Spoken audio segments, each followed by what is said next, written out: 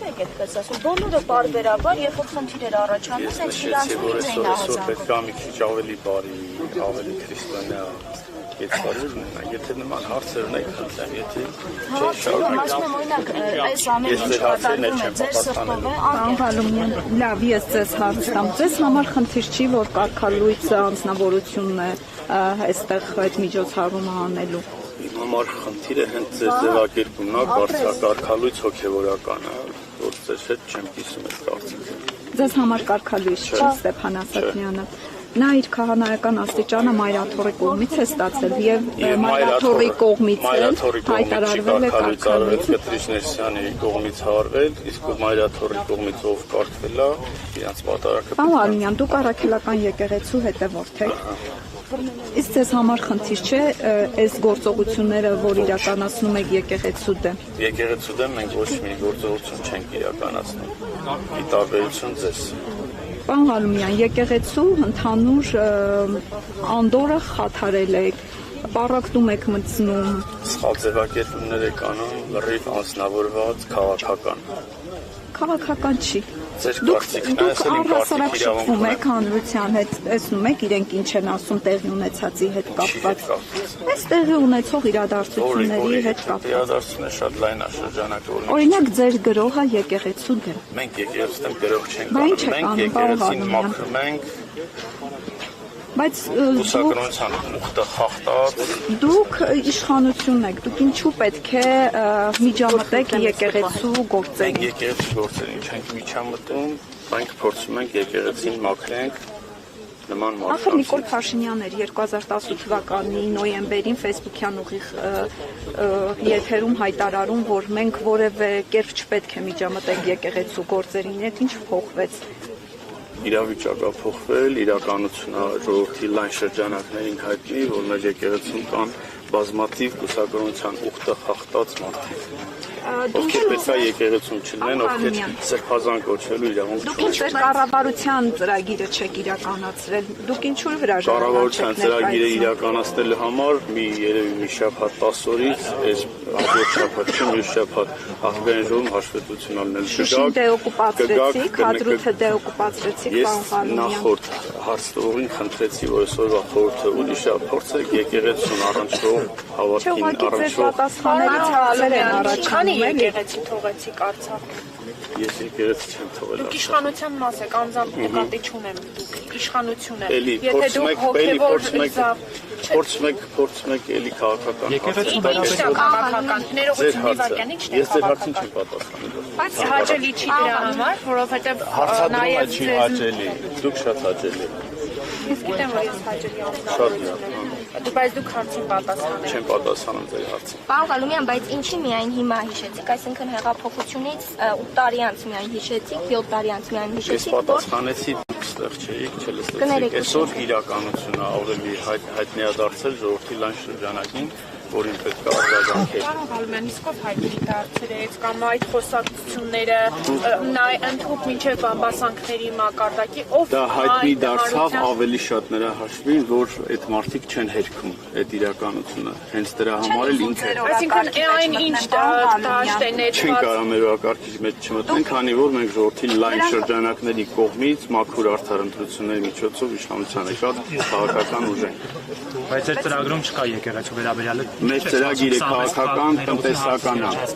26 թվականին ընտրություն կլինի, եթե դուք այդքան ժողովրդի անունից խոսում եք, եւ այդ ծրագիրը այս ձեր արշավը այսպես եկեղեցու հոգեվորականին դեմ ծրագրում ներառեք եւ տեսեք ժողովուրդն ունի աջակցություն ունի, թե ոչ, որտեղ փորձը ցույց է տալիս, որ օրինակ թե Փարաքարում, թե երկրորդ քաղաքում Գյումրիում ժողովուրդը ձեզ չի աջակցում այլևս։ Ձեզ թվում է, որ ժողովուրդը մեզ չի աջակցում։ Հաստատ խոսանք Գյումրիում օրինակ մեծ քաղաքական ուժը քաղաքացիական պայմանագիրն է։ Մեծ թիվը ընտրեց ոչ ձեզ։ Ոչ, այլ կան այնտեղ կբաժանված մասեր, որոնք ունեցել են եւ բաժանված մասեր, որոնք հնարավորություն են ունեցել թիմ ձևավորելու։ Խոսքը ավելի շատ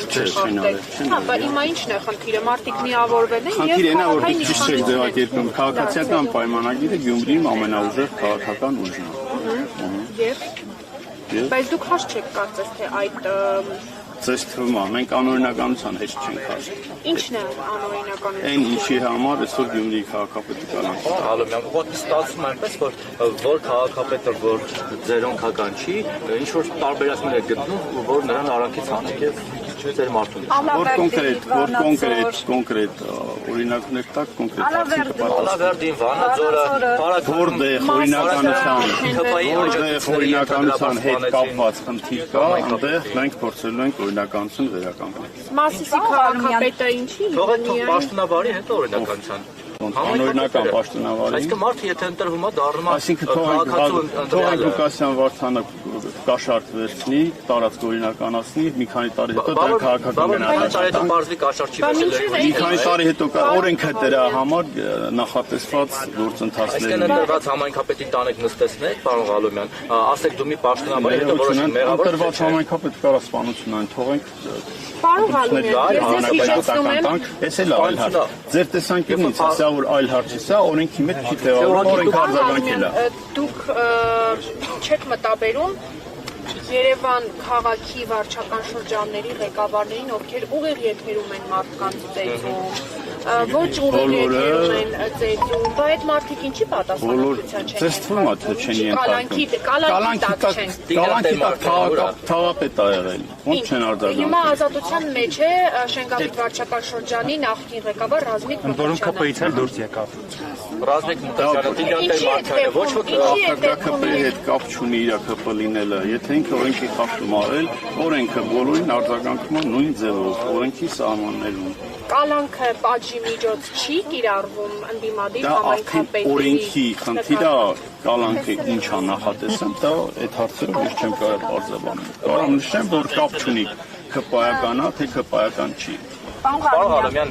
կներեք, հիմա դուք էլի եկել եք երկրորդ անգամ մասնակցում եք։ Առաջի անգամ եմ մասնակցում, անցած Հա, կներեք, Դա ինչի չկայիք նախորդում։ հա, նախորդում չկայք։ աշխատանքի դերումով չի ստացվել այսօր։ Հիմա դուք այսօր եկել եք, այդքան քննադատվեց, որ սա սրբապատությունը այստեղ պատահակի մասնակցել է, սա կեղծ է, կարգելուց եղած քահանան չի կարող պատահակ մատուցել, դուք էլի եկել եք։ Մայրաթորը պաշտոնական հաղորդաշարություն։ Մայրաթորը այդ մարդիկ ա որ պիղծ են, մենք պիղծ չենք, որ պատարակ Այսինքն բոլոր հոգևորականները բոլոր հոգևորականները պիղծ չեն։ Կան մարդիկ, կարգապահական հանձնաժողովն է, հանձնախումբն է, կարգալույց արել, կարգապահական հանձնաժողովում բոլորին ճանաչում։ Ես այդ կարծիքը չեմ կիսում, ստեղ եմ, օրենքի խախտում չեմ անում, եկել եմ Հիմա ասում եք, որ կարգալույց ոչ ոք իրավունք չունի նրան կարգալույց անել չկա։ Չեմ ասում ոչ ոք իրավունք չունի։ Ես ասում եմ, դե մեր ինքնակիցներին ինչ հարց ունեք իրանց տվեք, ինձ տվեք այն ինչ որ ես ասում։ Տրամաբանությունը։ Հիմա եթե այս մարդուն օծել են նախկինում ձեր կողմից ենթադրաբար պիղծ կորակված մարդիկ։ Այդ ո՞նց է որ ա եղել, որ ենթադրած պիղծերը օծել են այն ժամանակ ինքը օծված քահանա է եղել։ Հա, ընդունում եք եւ երկար տարիներ աշխատել են։ Հիմա նրա կողմից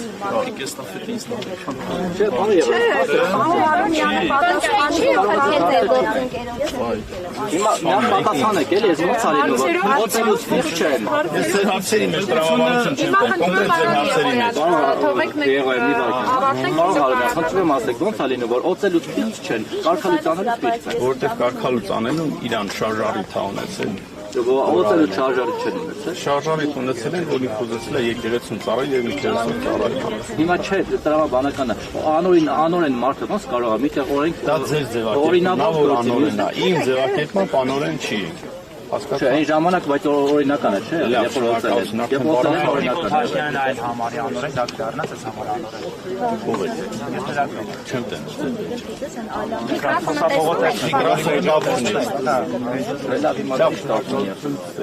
Ուղղակի մեկ վեճը տեսնենք, պատասխան չունի։ Ինչի պատասխան։ Արդյոք պատասխան։ Պարոն Եղոյան,